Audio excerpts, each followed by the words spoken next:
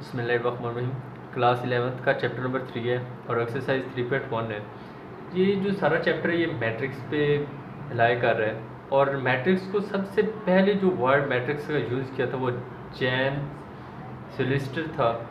और जो linear transformation में इसको जो सबसे पहले डिस्क्राइब करने वाला इंसान था वो आर्थर कैले था। ये मैट्रिक्स क्या होते हैं? मैट्रिक्स की एक सिंपल डेफिनेशन जो है वो ये है, आर रेक्टेंगुलर और स्क्वायर। बाज़ बुक में सिर्फ और सिर्फ रेक्टेंगुलर लिखा होता है, लेकिन स्क्वायर मैट्रिक्स जो है ये भी लाइक करते हैं, इसलिए स्क्वायर भी लिखना ज़रूरी होता है।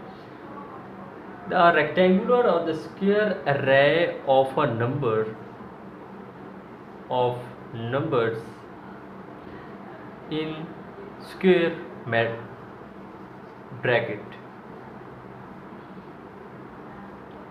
सबसे पहले अरे ऑफ अ नंबर। अरे का उर्दू में मतलब होता है सफ़। जिस तरह सफ़े एक मखसूस तरतीब में होती हैं, इसी तरह नंबर्स को, रियल नंबर्स को रेक्टेंगुलर या फिर स्क्वायर ब्रैकेट में लिखना, enclosed in a square bracket, यानी कि स्क्वायर ब्रैकेट के अंदर नंबर्स को एक तरतीब देना। अरे का मतलब होता है जैसे सफ़ जैसे तरतीब में होती हैं, इसी तरह अगर नंबर्स को एक तरतीब के साथ लिखा जाए तो उसे मैट्रिक्स बोलते हैं। मैट्रिक्स में दो चीज़ें होती हैं, एक होती है रो और एक होता है कॉलम। जो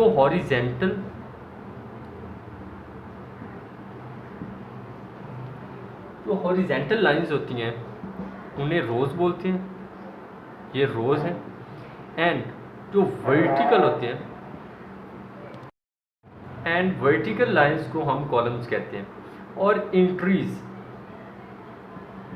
जो भी वर्ड, जो भी रियल नंबर्स हम इसके अंदर यूज़ करते हैं या फिर इमेजिनरी नंबर जो हम यूज़ करते हैं हम उन्हें इंट्रीज कहते हैं।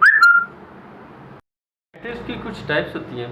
जो बेसिक टाइप्स हैं वो रेक्टेंगुलर एंड स्क्वायर मैट्रिक्स हैं। जो बाकी सारे मैट्रिक्स हैं वो इन्हीं से आगे ड्राइव होते हैं या फिर समझ लें कि इन्हीं की वजह से आगे लिखे जाते हैं। रेक्टेंगुलर मैट्रिक्स क्या होते हैं? लेट अस सपोज अगर m हमारे पास, इफ़ m हमारे पास रोज़ हैं और n हमारे पास अगर कॉलम्स हैं, अगर इनकी जो तादाद है वो हमारे पास इक्वल ना हो तो फिर हम इन्हें क्या कहते हैं कि ये क्या है, हमारे पास रेक्टेंगुलर मैट्रिक्स है। फॉर एग्जाम्पल,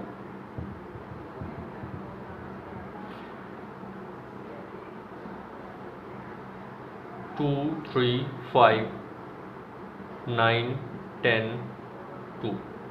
आप देखिए इनमें से रोज़ की जो तादाद है वो हमारे पास 2 है, लेकिन हमारे पास कॉलम्स की तादाद कितनी है? 3 है, इसलिए ये अनइक्वल है। तो इसीलिए हमें इन्हें बोलते हैं रेक्टेंगुलर मैट्रिक्स। जिस तरह एक मुस्ततील होती है उसमें आमने सामने के इक्वल होते हैं, लेकिन वो सारे आपस में बराबर नहीं होते, इसीलिए यानी कि उनके जो विड्थ होती है वो लेंथ की इक्वल नहीं होती, इसलिए इनके भी जो रोज़ होती हैं वो कॉलम्स की इक्वल नहीं हुआ करती। इसी का अगर आप उलट कर लें, यानी m is equal to n कर दें, तो फिर ये बन जाते हैं स्क्वायर मैट्रिक्स। इन्हें बोलते हैं square matrix. For example 2, 3, 5, 9। Matrix की और भी काफ़ी इकसाम होती हैं, जैसे कि हमारे पास आइडेंटिटी मैट्रिक्स होते हैं, इन्वर्स मैट्रिक्स होते हैं, हमारे पास डायगोनल मैट्रिक्स होते हैं। ये सारे जो हैं ये इन्हीं से आगे ड्राइव होते हैं।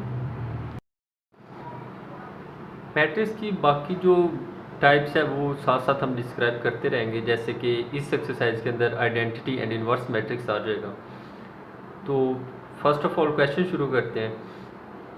4a - 3a is equal to a, वो कहते हैं आपने प्रूव करके देना है, और a का हमारे पास ये मैट्रिक्स और b का ये है।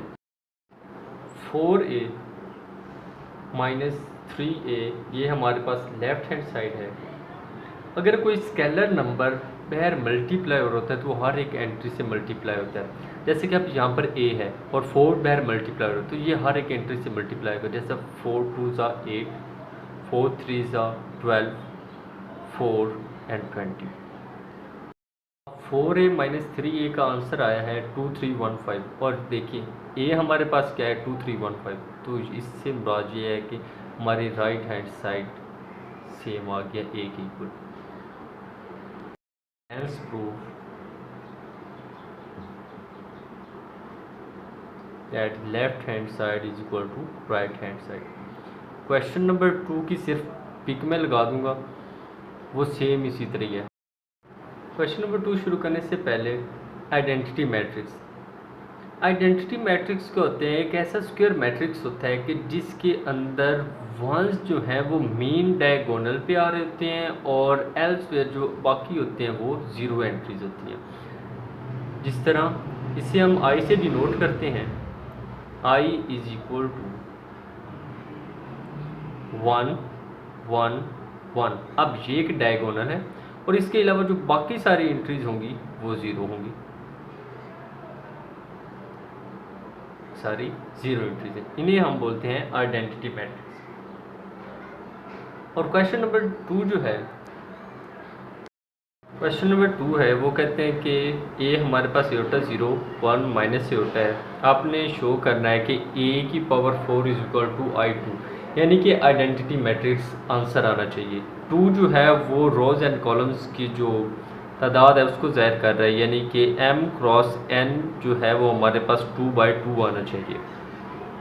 अब ए स्क्वायर अगर हम फाइंड आउट करें तो वो हो जाएगा a multiply by a is equal to A हमारे पास है एओटा 0 1 माइनस एओटा, और इसी को जब हम इसी से मल्टीप्लाई करते हैं तो हमारे पास आंसर आता है।